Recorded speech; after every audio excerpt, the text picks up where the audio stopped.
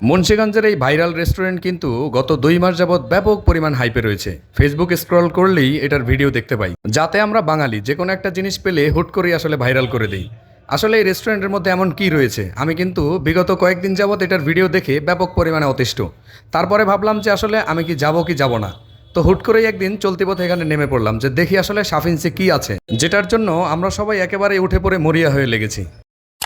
Hello everyone, আসসালামু আলাইকুম।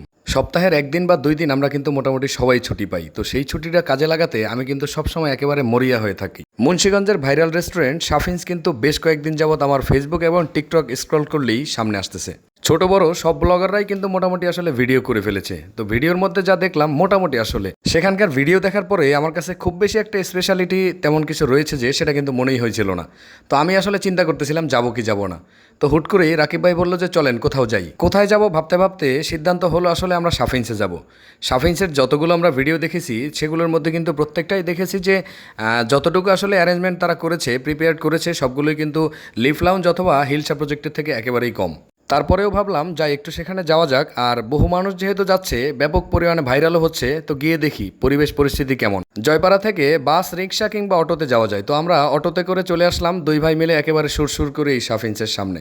এই রেস্টুরেন্টের সামনেই বেশ বড় আকারে লেখা রয়েছে সাফিন্স, যেটার সামনে সবাই দাঁড়িয়ে ছবি তুলতেছে। আর এই বিষয়টা কিন্তু সবার কাছে বেশ পরিমাণে আকাঙ্ক্ষার সৃষ্টি করেছে এবং সবাই ভাবতেছে যে সাফিন্সে এসেছি 2-4টা ছবি না তুললে হয় নাকি। আর এই যে মেইন গেটটা দেখতে পাচ্ছেন, মেইন গেটটাও মোটামুটি আকারে সাজানো হয়েছে ভালোই। যেহেতু মাত্র 2 মাস হলো, একটু তো হাইপ থাকবেই। আর তার মধ্যে হচ্ছে উইকেন্ডে ছিল এই দিনটা, যার কারণে ব্যাপক পরিমাণে মানুষের আনাগোনা। আমি তো আসলে গিয়ে সেখানে হতভম্ব হয়ে গিয়েছি।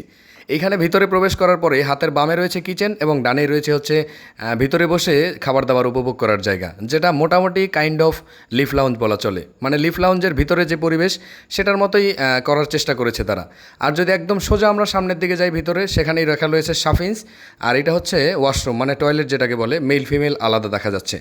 আর এখানেই সুন্দর করে একটা ওয়াটারফল রাখা আছে, যেটাতে রাতের বেলা লাইট জ্বলে, দেখতে কিন্তু অসম্ভব সুন্দর লাগে। তারপরে এখানকার সব থেকে আকর্ষণীয় জিনিস হচ্ছে এই যে 2টা লাভের একটা শেপ, যেটার মধ্যে দাঁড়িয়ে ছবি তোলা যায়। আর বিশ্বাস করেন, এখানে যাওয়ার পরে আমি একটা ছবি তোলার জন্য প্রায় আধা ঘন্টা দাঁড়িয়েছিলাম। অবশ্য ছবি তোলার প্রতি আমার তেমন একটা ইচ্ছা নেই, যার কারণে অত বেশি গুরুত্বও দেইনি। তারপরে ভাবলাম আমরা সামনের দিকে যাই। সামনের দিকে গিয়ে আমরা দেখতে পেলাম যে ছোট ছোট ঘরের মতো তৈরি করা, যেটার চতুর্দিকে কাচের একটা বেষ্টনী রয়েছে এবং ভিতরে এসির একটা ব্যবস্থা আছে। আর সেই সাথে রয়েছে একেবারে রিল্যাক্সে শোনার জন্য মিউজিক ব্যবস্থা। এরপরে এটার কিন্তু একটা দোতলা সিস্টেম করেছে, যেখানে দাঁড়িয়ে ছবি তোলা যায়, আর যেটার প্রতি মানুষের ব্যাপক পরিমাণে আকাঙ্ক্ষা, দূর দূরান্ত থেকে ছুটে আসে এখানে। আর সর্বোপরি কথা হচ্ছে, সিঁড়ির পাশেই একেবারেই ঠিক নিচের দিকে 2টা দোলনা রয়েছে, যেটাতে ছোট থেকে বড়, বয়স্ক থেকে বৃদ্ধ সবাই কিন্তু দোলনায় বসে দোল খাচ্ছে। এটা আমার কাছে বেশ ভালোই লাগতেছিল। এরপরে চলে গেলাম সিঁড়ির পাশের এই যে ছোট্ট রুমটাতে। এই রুমটার জায়গাটা অসম্ভব সুন্দর। নিচে প্রবাহমান রয়েছে পানি, যেটার মধ্যে আসলে অ্যাকুরিয়ামের মাছ থাকার কথা ছিল, কিন্তু অনাকাঙ্ক্ষিতভাবে সেখানে যেটা দেখলাম সেটা কিন্তু একেবারেই প্রস্তুত ছিলাম না। এই যে দেখতে পাচ্ছেন, পানিটা কিন্তু মোটামুটি আকারে নোংরা, মানে ময়লা, যেটা পরিষ্কার থাকার কথা ছিল। আর সুন্দর মাছ থাকলে ভালোই লাগতো, কিন্তু সেটার ভিতরে রয়েছে বেশ কয়েকটি ব্যাঙ। এখন আমার কাছে মনে হচ্ছে এটা কিন্তু একটা ব্যাঙেরই আসলে অ্যাকুরিয়াম বলা চলে। ভিতরে কিন্তু পর্যাপ্ত পরিমাণ ময়লাও রয়েছে, যার কারণে পানিটাও কিন্তু নোংরা দেখাচ্ছে। তো রেস্টুরেন্ট কর্তৃপক্ষ যারা রয়েছে তারা যদি এই দিকটাতে একটু কর্ণপাত করে, মানে এখানকার পানিটা পরিষ্কার করে তারপরে ভিতরে যদি অ্যাকুরিয়ামের একটা ব্যবস্থা করে, তাহলে সৌন্দর্যের মাত্রাটা মনে হয় আর আসলে দ্বিগুণ মাত্রায় বৃদ্ধি পাবে। তো সেটা আসলে একান্তই তাদের ব্যাপার। আমরা আসলে ঘুরে ঘুরে দেখতেছিলাম এখানকার সৌন্দর্যটা কী আসলে। ওই যে 8-10টা রেস্টুরেন্ট যেভাবে দেয়, তারাও আসলে মোটামুটি সেভাবেই চেষ্টা করেছে।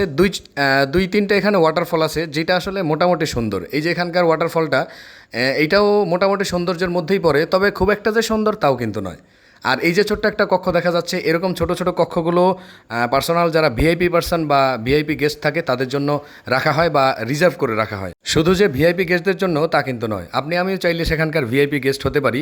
পূর্বে থেকে যদি নক করে যাই, তাহলে তারা অবশ্যই আমাদের জন্য রিজার্ভ করে রাখবেন। তো হাঁটতে হাঁটতে চলে গিয়েছিলাম কিচেনের দিকে। কিচেনের যারা রয়েছে তারা কিন্তু দেখেই আসলে দরজাটা বন্ধ করে দিয়েছে, হয়তোবা ভিতরকার পরিবেশ এটার মধ্যে চলে আসবে কি না তাই। তো আমরা তারপর একটু ঘুরতে ঘুরতে চলে গেলাম সিঁড়ির দিকে। এখন চিন্তা করতেছি যে দোতলায় যেহেতু এত হাইট, তাহলে দোতলায় না গেলে হয় নাকি। আর দোতলায় দাঁড়িয়ে পাখির চোখে যদি আমরা সাফিন্স দেখার চেষ্টা করি, তাহলে সেটাও বোধহয় অসম্ভব একটা সুন্দর দৃশ্য তৈরি করবে। তো সেই সুবাদে আমি ক্যামেরা হাতে চলে গেলাম দোতলায়। বিশ্বাস করেন, দোতলায় আসলে দেখার মতো কিচ্ছু নেই। আর একেবারে যে ছবি তুলবেন 2-4টা, সেটার মতো স্পেশালিটি সেখানে কিচ্ছু নেই। তারপরও আমাদের মনুষ্য জাতির ব্যাপক পরিমাণ আকাঙ্ক্ষা, তারা কিন্তু চলে আসে এখানে এবং খুব সুন্দর একটা পরিবেশ উপভোগ করার সাথে সাথে রেস্টুরেন্টে খাওয়া দাওয়া করে। আর সর্বোপরি আমার কাছে যে বিষয়টা একটুখানি ভালো লেগেছে সেটা হচ্ছে এত এত কৃত্রিমতার ভিড়েও কিন্তু তারা বেশ কয়েকটা ন্যাচারাল গাছালি রেখেছে, মানে সেগুলো হচ্ছে ফুল গাছ, যেটা মোটামুটি লেগেছে, তবে সেটা পরিমাণ কিন্তু খুবই কম। এই যে আমার মাথার উপরে ফুলগুলো দেখতে পাচ্ছেন সেগুলো কিন্তু সবই আসলে কৃত্রিম, মনুষ্য হাতে তৈরি অথবা মেশিনে তৈরি। তো যাই হোক, মোটামুটি সৌন্দর্য এটা ক্রিয়েট করেছে। সর্বোপরি কথা হচ্ছে যারা যায় তারা কিন্তু 2-4টা ছবি তোলে, আর এরকম রেস্টুরেন্ট আমাদের আশেপাশে প্রতিনিয়তই হচ্ছে, যেটা সর্বোপরি তাদের মানে নিজেদের ওয়েট ধরে রাখতে পারতেছে এরকম 6 মাস বা বছরখানেক, এরপরে কিন্তু একেবারেই সেটা বিলুপ্ত হয়ে যায়। তো আশা করি সাফিন্স তাদের নিজস্ব কর্মকাণ্ডের মাধ্যমে বা তাদের সার্ভিসের মাধ্যমে লম্বা সময় টিকে থাকবে। তো যাই হোক, বাইরে থেকে ভিতরটার সৌন্দর্য কিন্তু অসম্ভব সুন্দর লাগতেছিল। তো আমি রাকিব ভাইকে বললাম, ভাই আপনি ভিতরে যান, আমি আসলে ক্যামেরাটা অন করেই ভিতর দিকে আসি, দেখা যাক ভিতরের পরিবেশটা কেমন। তো আমরা আসলে বাইরে থেকে যেটা ভাবছিলাম কিন্তু বিষয়টা সেরকম না। ভিতরে কিন্তু একেবারেই ভিআইপি একটা সিস্টেম করে রেখেছে, যেখানে গিয়ে বসলে নিজেদের মধ্যে মোটামুটি একটা ভালো ফিল চলে আসে।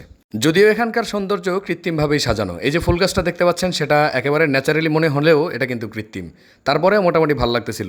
ওই যে উপরে মাথার উপরে এসি চলমান আর মৃদু সাউন্ডে ওখানে সুন্দরভাবে গান চলতেছিল, যেটা একেবারে সুন্দর একটা মনোরম পরিবেশ সৃষ্টি করেছে এবং ভালোই লাগতেছিল আর কি।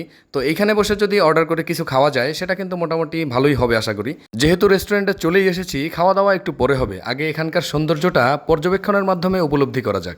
সেখানে গিয়ে আমার আসলে যেটা ভালো লেগেছে সেটা হচ্ছে দূর দূরান্ত থেকে মানুষ ছুটে এসেছে এই সৌন্দর্য দেখার জন্য। আসলে এখানে সৌন্দর্যের তেমন কিছুই নেই।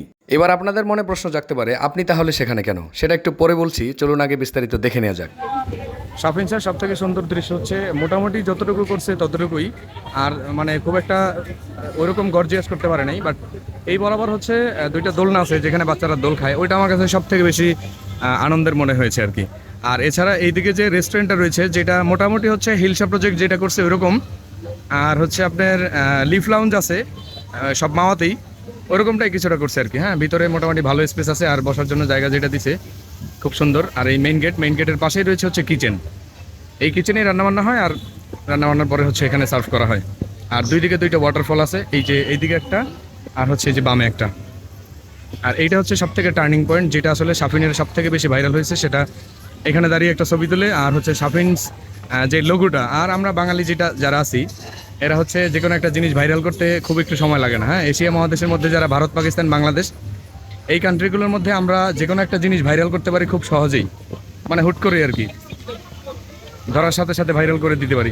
সেরকমই একটা সাফিন্স, এরকম রেস্টুরেন্ট আমাদের আশেপাশে মাঝে মধ্যেই হয়। হওয়ার পরে বেশি সময় আসলে সেটা টেকসই হয় না। এখন দেখা যাক এই সাফিন কতদিন টিকে, সাফিন্স। তো এবার তাহলে চলুন আমি সেখানে কেন গিয়েছি সেটা বলি। আমি অবশ্য সেখানে যাওয়ার উদ্দেশ্য তেমন ছিলই না। রাকিব ভাই বলেছে যে ভাই চলুন কোথাও ঘুরতে যাই, এখন কোথায় যাওয়া যায়? উনি বললেন যে কয়েকদিন আগে দেখলাম সাফিন্স মোটামুটি করেছে, তো আমরা সেখানে গিয়ে আসলে দেখে আসি খাবার দাবারের মানটা কেমন। আমরা তো এর আগে লিফ লাউঞ্জেও গিয়েছিলাম এবং হিলসা প্রজেক্টেও গিয়েছিলাম, তো কাইন্ড অফ ওরকম মনে হয়। তো সেখানে গিয়ে একটু খাবার দাবারটা ট্রাই করে আসি। তো এইসব জায়গার অনেকগুলো প্লাস পয়েন্ট থাকলে মাইনাস পয়েন্টও থাকে। তার মধ্যে অন্যতম একটা হচ্ছে এখানে আপনি গেলে ব্যাপক পরিমাণে সিরিয়ালে পড়তে হবে যে কোনো জিনিসের জন্য, সেটা হোক ছবি তোলা বা খাওয়া দাওয়া। তো আমি যেহেতু ভিডিও করতেছিলাম, ভিতরের ভিডিও পারমিশন ছাড়া তো নেওয়া ঠিক না, তার জন্য আমি আসলে রিসিপশনে গিয়ে জিজ্ঞেস করলাম যে ভিতরে ভিডিও করা অ্যালাউ কিনা। তো ওনারা বললেন তেমন একটা সমস্যা নেই, করতে পারেন। তো আমি ভিডিও অন করে দেখলাম যে দেখেন চতুর্দিকটা দেখেন, প্রত্যেকটা টেবিল আসলে একেবারেই ফিল আপ, মানে আমি যে সেখানে বসবো সেটার কোনো চান্সই ছিল না। তো আমি বরাবর চলে গেলাম একটা মিরর ফটো নেওয়ার জন্য বা মিরর ভিডিও নেওয়ার জন্য। একেবারে ঠিক মিরর বরাবর চলে এসেছি এবং মিররের মাধ্যমে আপনারা কিন্তু ব্যাকগ্রাউন্ডে ব্যাপক পরিমাণে জায়গাটা দেখতে পাচ্ছেন, সবাই সুন্দরভাবে উপভোগ করতেছে। আর ভিতরের অসহ্যকর একটা বিষয় হচ্ছে ব্যাপক পরিমাণে কিচিরমিচির আওয়াজ, মানে বাচ্চাদের সহকারে বড় মানুষ যারা রয়েছে তারাও কিন্তু ব্যাপক পরিমাণে কথা বলতেছিল। আর চতুর্দিকটা আটকানো, তো এর জন্য কথাগুলো একেবারেই মানে সাউন্ড ইফেক্ট করতেছিল, যার কারণে এটা একটু অসহ্যই মনে হয়েছে আমার কাছে। তো আমি যে কোথায় বসবো সেটা খুঁজে পাচ্ছিলাম না, যার কারণে ক্যামেরা অন করে ভিডিওই করতেছিলাম। আমি অবশ্য ভাবতেছিলাম যে ভিডিও করি, দেখা যাক তার মধ্যে কোনো একটা টেবিল খালি হয় কিনা। তো ভিতরে এই যে আপনারা ফুলগুলো দেখতে পাচ্ছেন সেগুলো দেখে কিন্তু একেবারে আপনাদের চোখ আটকে যাবে সেখানেই। কিন্তু এই ফুলগুলোর কাছে যখন যাবেন তখন দেখতে পারবেন যে এটা কিন্তু প্রাকৃতিক কোনো ফুল নয়, এটা হচ্ছে কৃত্রিম। তথাপিও কিন্তু এটা ব্যাপক পরিমাণে সৌন্দর্যের সৃষ্টি করেছে এখানে, যেটা একেবারেই দৃষ্টিনন্দিত। সেখানে ব্যাপক মাত্রায় সিরিয়াল থাকার কারণে কোনো একটা টেবিল আমরা বসেছিলাম লম্বা সময়, কিন্তু আমাদের খাবার দিতে ব্যাপক পরিমাণে লেট করতেছিল, যার কারণে আমাদের হাতে সময় স্বল্প ছিল এবং ফিরে আসতে হয়েছে। সাফিন্সের সৌন্দর্য কিন্তু দুইটা, একটা হচ্ছে দিনের বেলা আর একটা হচ্ছে রাতের বেলা। রাতের বেলা এই যে ঘাসের বুকে যখন লাইট জ্বলে তখন কিন্তু এই কালারিং লাইটগুলোতে ব্যাপক পরিমাণে সৌন্দর্য সৃষ্টি করে। একটু যদি দিনের বেলা আবার ফিরে আসি, এই যে দেখতে পাচ্ছেন রাস্তাটা, এটা কিন্তু এরকম দেখাচ্ছে, আর রাতের বেলা কিন্তু অসম্ভব সুন্দর একটা দৃশ্য তৈরি হয় ওই লাইটিংয়ের কারণে। ন্যাচারাল সৌন্দর্যের কমতি আছে ব্যাপক পরিমাণে, তথাপিও আসলে কৃত্রিম সৌন্দর্যের মাধ্যমে তারা মোটামুটি চেষ্টা করেছে। আসলে এই গ্রামাঞ্চলের মধ্যে কৃত্রিম সৌন্দর্য ছাড়া ন্যাচারাল সৌন্দর্য কোথায় বা পাওয়া যাবে। যাই হোক, যতদূর করেছে তারা মোটামুটি চেষ্টা করেছে। আর আমরা এদিক ওদিক যাই যখন, তখন কিন্তু মোটামুটি সৌন্দর্য দেখতে পাই, যার থেকে তুলনামূলক এটা একটু কম। অন্যান্য যে বড় বড় লাউঞ্জগুলো রয়েছে সেগুলোর সৌন্দর্য কিন্তু এটা থেকে অনেক বেশি। এটাও হয়তোবা যদি এভাবে চলে তাহলে ভালোই করবে। আমাদের আসলে স্বল্প সময়ের ভ্রমণটা সেখানে মোটামুটি ভালোই ছিল। আমি অবশ্য সাজেস্ট করব যে আপনারা যদি যান তাহলে ঘোরাফেরার জন্য মোটামুটি ঠিক আছে, তবে খাওয়া দাওয়া যদি একদিন বিলাসবহুল খাওয়া দাওয়া করতে চান তাহলে অবশ্যই সেখানে ডিনার বা লাঞ্চ করতে পারেন। খাবার দাবারের প্রাইস একটু বেশি হওয়ার স্বাভাবিকতা এমনিতেই রয়েছে, কারণ অন্যান্য যে বড় বড় লাউঞ্জগুলো রয়েছে সেগুলো তো এরকমই। তবে আমি আরও বেশি সাজেস্ট করব যে যদি এখানে না গিয়ে আপনারা ডিরেক্ট চলে যান লিফ লাউঞ্জে, সেটা আপনাকে অন্যতম একটা ফিল দিবে, কারণ পদ্মার পাশেই সেটা, একেবারে পদ্মা সেতু ঘেঁষেই। তো সেখানে গেলে অবশ্যই আপনি খুব সুন্দর একটা ফিল পাবেন। এছাড়াও চলে যেতে পারেন হিলসা প্রজেক্টে। এই তো মামা, থ্যাংক ইউ। কি ভালো লাগে না? মানে কি অবস্থা, মানুষের আনাগোনা দেখে খুব ভালো লাগে খুব ভালো, হ্যাঁ। না? পরে যাবো, একটু পরে। স্বল্প সময়ের এই যাত্রা নিমিষেই শেষ হয়ে গেল। অবশেষে আপনাদের জন্য সাজেস্ট থাকবে, যদি আপনারা মাওয়া ঘুরতে যেতে চান তাহলে মাওয়ার রাস্তায় যেহেতু এটা কয়কীর্তন পড়েছে, অবশ্যই সেটা ঘুরে নিতে পারেন এক মুহূর্তের মধ্যেই। মানে বিষয়টা এরকম যে আপনি মানে চলতি পথে নামবেন আর নেমে দুই চারটা ছবি তুলবেন বা সৌন্দর্য দুই এক পলক দেখবেন এবং চলে আসবেন, এরকমটাই। আর এটাকে উদ্দেশ্য করে যদি যান তাহলেও যেতে পারেন। ওই যে ফেসবুকে দেখেছি বা টিকটকে বা অন্যান্য জায়গায় দেখেছি অসম্ভব হাইপ ক্রিয়েট করেছে, তো সেই সুবাদে আমিও যদি সেই ট্রেন্ডের সাথে একটু গান আভাসাই তাহলে কেমন হয়। তো সেই সুবাদে আপনি যেতে পারেন, আমি অবশ্য না করব না। তো যাই হোক, অবশেষে অ্যাজ ইউর উইশ, আজকে থাকছে এই পর্যন্তই। দেখা হচ্ছে অন্য কোনো ভিডিওতে বা ব্লগে। সেই পর্যন্ত সবাই ভালো থাকবেন, সুস্থ থাকবেন, দোয়া রাখবেন। আল্লাহ হাফেজ।